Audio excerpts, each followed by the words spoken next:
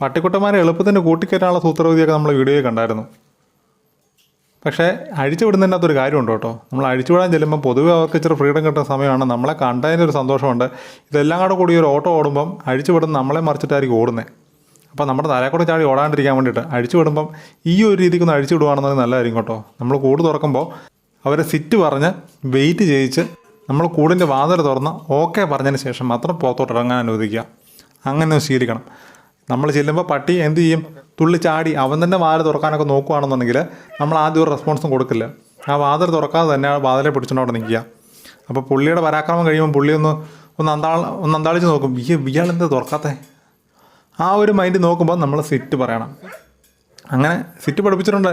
നമ്മൾ മുമ്പ് സിറ്റ് നമ്മൾ പഠിപ്പിച്ചിട്ടുണ്ട്. അപ്പം സിറ്റ് പറഞ്ഞ് അവനെ കൂട്ടി തന്നെ വെയിറ്റ് ചെയ്യുക. അതിനുശേഷം കൂട് തുറക്കുക. ആ തുറക്കുന്ന പാടെ അവൻ ചാടാനാണ് നോക്കുന്നുണ്ടെങ്കിൽ ആ വാതിൽ അങ്ങനെ തന്നെ അടച്ചേക്കണം കേട്ടോ. അങ്ങനെ തന്നെ